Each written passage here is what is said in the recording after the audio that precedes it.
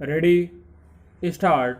महोदय, मैं आपके यहाँ बहुत उत्सुकता के साथ इसलिए आया हूँ कि मैं अपनी आँखों से यह देख सकूँ कि यहाँ क्या क्या हो रहा है और क्या करने का विचार है।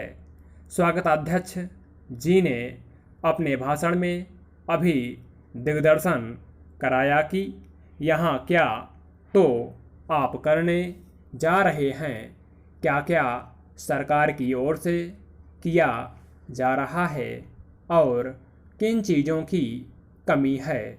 मैं इन सब चीज़ों के संबंध में केवल इतना ही कह सकता हूँ कि जहाँ तक मुझे मालूम है, आपकी राज्य सरकार और केंद्रीय सरकार दोनों इस बात के लिए तत्पर हैं कि आदिवासियों की उन्नति के लिए यथेष्ट और प्रत्येक संभव प्रयत्न किए जाएं।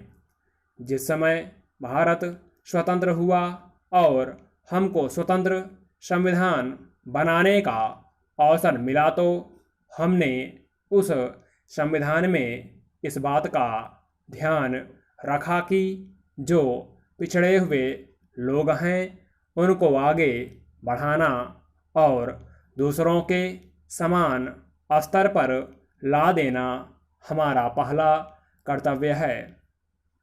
इसीलिए संविधान में कुछ ऐसी विशेष धाराएं रखी गईं जिनके अनुसार पिछड़े हुए लोगों को आगे बढ़ाने का भार हमारे ऊपर आया। पिछड़े हुए लोगों में 3 प्रकार के लोग हैं। कुछ लोग तो वे हैं जो अछूत माने जाते हैं। अस्पृश्यता दूर करने के लिए महात्मा गांधी ने इतना बड़ा प्रयत्न किया और आज ईश्वर की दया से वह बहुत सीमा तक कम होती भी जा रही है और आशा की जाती है कि दूर हो जाएगी। दूसरे लोग जो पिछड़े हुए समझे जाते हैं, आदिम जाति के लोग हैं।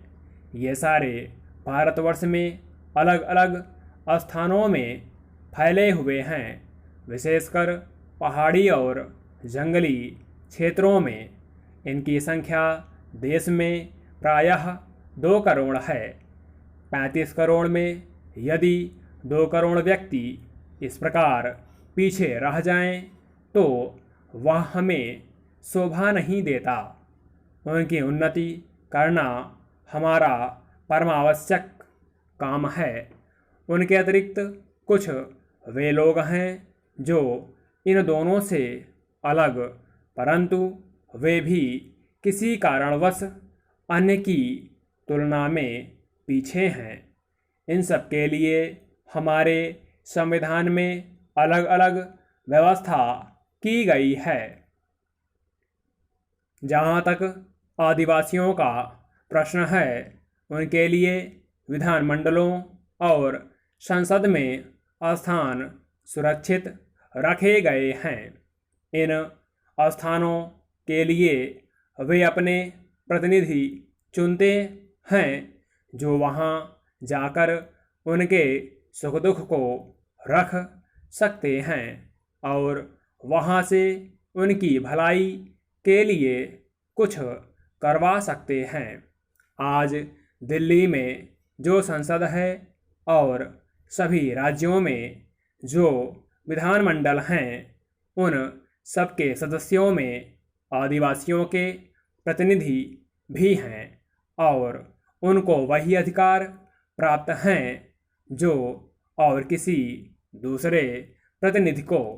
इसके अतिरिक्त आदिवासियों के संबंध में विशेषकर असम में, जहां उनकी संख्या बहुत अधिक है और जो अन्य स्थानों के आदिवासियों से कुछ भिन्न भी हैं, उनको कुछ विशेष सुविधाएं दी गई हैं।